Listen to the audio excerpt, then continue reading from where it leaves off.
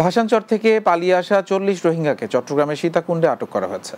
সোমবার দুপুরে ভাটিয়ারি ইউনিয়নের সাগর উপকূল থেকে তাদের আটক করা হয়। সীতাকুণ্ড মডেল থানার অফিসার ইনচার্জ মুজিবুর রহমান জানান, আটককৃতদের মধ্যে নারী, পুরুষ ও শিশুরা রয়েছেন। তাদের প্রাথমিক জিজ্ঞাসাবাদ শেষে ভাসানচরে রোহিঙ্গা ক্যাম্পে পাঠানো হবে। রোহিঙ্গারা জানান, কক্সবাজারের টেকনাফ রোহিঙ্গা শিবিরে যেতে তারা ভাসানচর থেকে পালিয়ে এসেছেন। চট্টগ্রামের সীতাকুণ্ডে আওয়ামী লীগ নিষিদ্ধের দাবিতে ছাত্র সমাজ আয়োজিত কর্মসূচিতে সন্ত্রাসী হামলার প্রতিবাদে সংবাদ সম্মেলন অনুষ্ঠিত হয়েছে।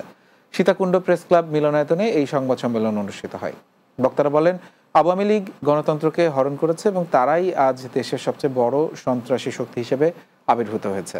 অবিলম্বে হামলাকারীদের গ্রেপ্তার এবং দায়ীদের দৃষ্টান্তমূলক শাস্তির দাবি জানান বক্তারা। এ সময় উপস্থিত ছিলেন সংগঠনের বিভিন্ন স্তরের নেতাকর্মীরা। ফ্যাসিবাদের দোসর চট্টগ্রাম গণপূর্ত অধিদপ্তরের নির্বাহী প্রকৌশলী জহির রায়হানের অপসারণের দাবিতে মানববন্ধন ও বিক্ষোভ সমাবেশ অনুষ্ঠিত হয়েছে।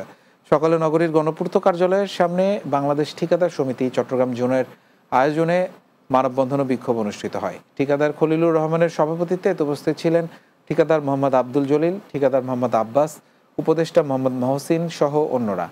মানববন্ধন থেকে ফ্যাসিবাদ ও দুর্নীতিবাজ কর্মকর্তার দ্রুত অপসারণের দাবি জানানো হয়।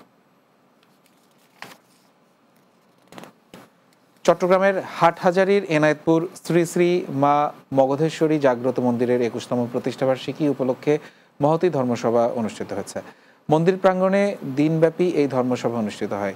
এতে নগর কীর্তন পরিক্রমা, মায়ের প্রতিকৃতিতে পুষ্পমাল্য অর্পণ, মঙ্গল আরতি কীর্তন, বাল্যভোগ নিবেদন এবং মঙ্গল প্রদীপ প্রজ্বলন করা হয়। অনুষ্ঠানে লীলা কীর্তন পরিবেশন করেন সাতকানিয়া ধর্মপুরের শ্রী অধর দত্ত। গীতামৃত তত্ত্ব পরিবেশন করেন নন্দনকানন তুলসী ধামের শ্রী প্রদর্শন দেবনাথ। শেষে এক মনোজ্ঞ সাংস্কৃতিক অনুষ্ঠানের আয়োজন করা হয়। রাতের বাংলা আরো একটা বিরতি নিচ্ছি, কিছুক্ষণ পরে ফিরছি, আমাদের সঙ্গেই থাকুন।